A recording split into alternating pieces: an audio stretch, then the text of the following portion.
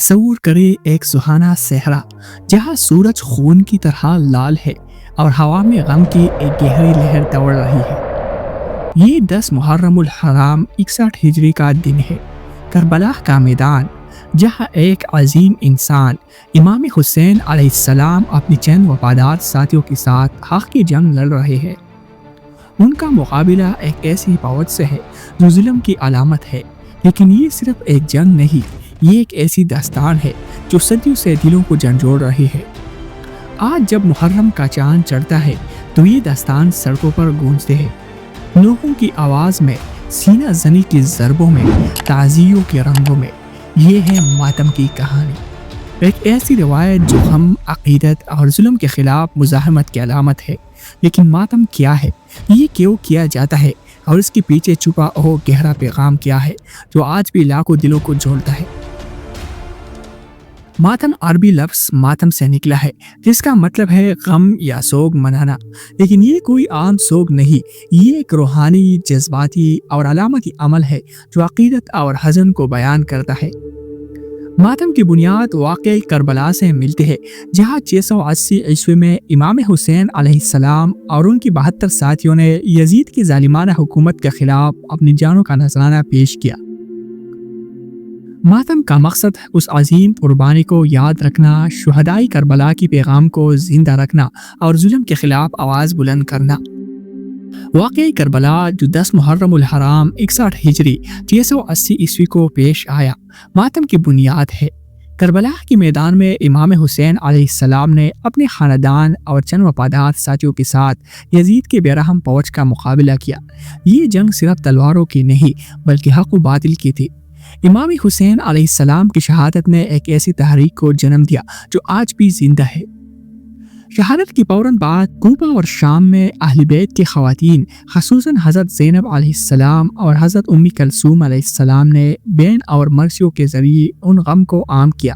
یہ ماتم کی ابتدائی شکل تھی، خواتین کا روتے ہوئی شہداء کی داستان بیان کرنا۔ مدینہ میں بھی اہل بیت نے سوگ منایا، جو بعد میں شعری مرثیوں کی شکل میں ڈلا۔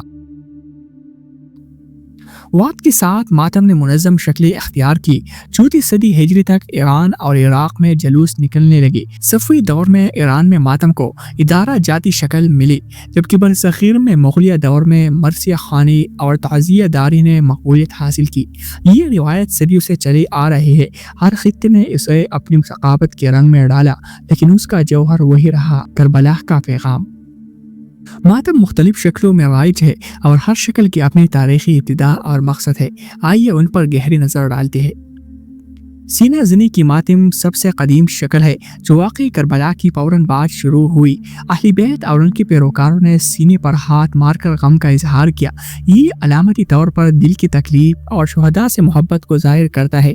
یہ روایت کوفہ اور مدینہ سے شروع ہوئی اور آج بھی سب سے عام ہے۔ اس کے بعد زنجیر زنی بعد میں آیا، غالباً صفوی دور میں ایران سے شروع ہوئی، جب لوگوں نے اپنی غم کو شدت کو ظاہر کرنے کے لیے زنجیر استعمال کی۔ یہ عمل جذباتی اور روحانی ہے، لیکن بعض علاقوں میں اس کی شدت پر بحث بھی ہوتے ہیں۔ مرثیہ گوئی کی ابتدا عربی اور فارسی شاعری سے ہوئی۔ 4 صدی ہجری میں شعراء نے کربلا کی واقعات کو شاعری شکل دی۔ برصغیر میں 19ویں صدی میں انیس اور دبیر جیسے شعراء نے مرثیہ گوئی کو عروج بخشا۔ نوحہ خوانی مقامی زبانوں میں غم کو بیان کرنے کا ذریعہ بنی۔ تعزیہ داری کی ابتدا ایران میں صفوی دور سے ہوئی، جب کربلا کی مناظر کو ڈرامائی شکل میں پیش کیا جانے لگا۔ برصغیر میں مغلیہ دور میں تعزیوں نے علامتی جلوسوں کو شکل اختیار کی۔ اس کے بعد خونی ماتم ہے۔ یہ متنازع شکل 19ویں صدی میں بعض علاقوں، خصوصاً برصغیر اور ایران میں شروع ہوئی۔ اس کا مقصد غم کی انتہائی شدت کو ظاہر کرنا تھا، لیکن بہت سے علماء اسے غیر ضروری سمجھتے ہیں۔ ہر خطے نے ان اقسام کو اپنی ثقافت کے مطابق ڈالا۔ ایران میں تعزیہ ڈرامی ہے، عراق میں جلوس زور پکڑتے ہیں اور برصغیر میں مرثیہ خوانی پین کی شکل ہے۔ ماتم ایک عالمی روایت ہے جو ہر خطے میں اپنی منفرد رنگ دکھاتی ہے۔ ایران میں صفوی دور سے ماتم یہاں ادارہ جاتی شکل میں ہے۔ تہران، قم اور مشہد میں لاکھوں افراد تعزیہ داری اور جلوسوں میں شریک ہوتے ہیں۔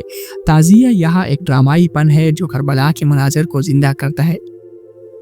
عراق میں کربلا اور نجف میں 40 پر کروڑوں زائرین جمع ہوتے ہیں۔ یہاں ماتم تنظیمی منظم جلوس نکالتے ہیں اور سینہ زنی و نوحہ خانے کی گونج ہر طرف سنائی دیتے ہیں۔ پاکستان اور انڈیا امام بارگاہ ماتم کا مرکز ہے۔ لکھنؤ، کراچی اور لاہور میں مرثیہ خانے اور تعزیہ داری کی روایات اپنی شناخت رکھتی ہے، مقامی شاعری اور جلوسوں سے منفرد بناتی ہے۔ لبنان میں ماتم سیاسی مزاحمت سے جڑا ہے، جبکہ بحرین اور افغانستان میں مقامی ثقافتی رنگ نمایاں ہے۔ شیعہ علماء کے نزدیک ماتم عبادت کا حصہ ہے۔ یہ شہدائے کربلا سے محبت، وفاداری اور ان کے پیغام کو زندہ رکھنے کا ذریعہ ہے۔ دوسری طرف سنی اور دیگر مکاتب فکر میں ماتم پر مختلف آراء ہے۔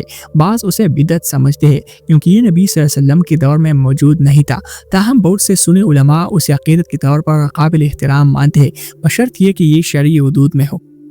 وقت کے ساتھ اجتہاد نے ماتم کے طریقوں کو جدید تقاضوں سے ہم آہنگ کیا۔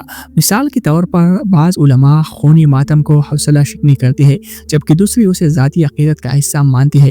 یہ تنوع ماتم کو ایک زندہ روایت بناتا ہے جو بدلتے وقت کے ساتھ ڈلتے ہیں۔ ماتم پر تنقید ہمیشہ سے ہوتی آئی ہے۔ بعض لوگ خونی ماتم یا جسمانی اذیت کو جدید معاشرے کے لیے غیر ضروری سمجھتے ہیں، کچھ اسے انتہا پسندی سے جوڑتے ہیں، کہتے ہیں کہ یہ اسلام کی نرم تصویر کو نقصان پہنچاتا ہے۔ دوسری طرف ماتم کا دفاع کرنے والے کہتے ہیں کہ یہ ایک جذباتی اور روحانی عمل ہے تو ظلم کے خلاف علامت مزاحمت ہے۔ یہ شہدائے کربلا کی قربانی کو زندہ رکھتا ہے اور ثقافتی شناخت کا حصہ ہے۔ مثال کے طور پر ایران اور عراق میں ماتم کو ظلم کے خلاف مزاحمت کی علامت سمجھا جاتا ہے، جبکہ برصغیر میں یہ فن اور شاعری سے جڑا ہے۔ تنقید اور دفاع کے درمیان ایک بات واضح ہے، ماتم کو سمجھنے کے لیے اس کی تاریخی اور جذباتی سیاق کو جاننا ضروری ہے۔ آج کی ڈیجیٹل دور نے ماتم کو نئی شکل دی ہے۔ سوشل میڈیا پر نوحوں کی ویڈیوز، جلوسوں کی لائیو سٹریمنگ اور مرثیوں کی پوسٹرز نے ماتم کو عالمی سطح پر متعارف کرایا۔ یوٹیوب پر اربعین کے جلوسوں کی ویڈیوز کروڑوں لوگ دیکھتے ہیں۔ نوجوان نسل اسے روایتی انداز میں بھی اپناتی ہے اور اسے جدید پیغامات سے بھی جوڑتے ہیں، جیسے انصاف، اتحاد اور ظلم کے خلاف آواز۔